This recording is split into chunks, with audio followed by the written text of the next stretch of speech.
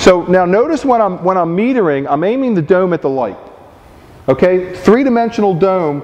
The dome recesses if you're going to meter like flat artwork. If I wanted to do just something flat against this car, I could put the dome in. But when you're doing something three-dimensional, like a face, you want that dome out. And what I'm doing is, I'm not aiming it at the ceiling, I'm not aiming it at the floor, I'm holding it.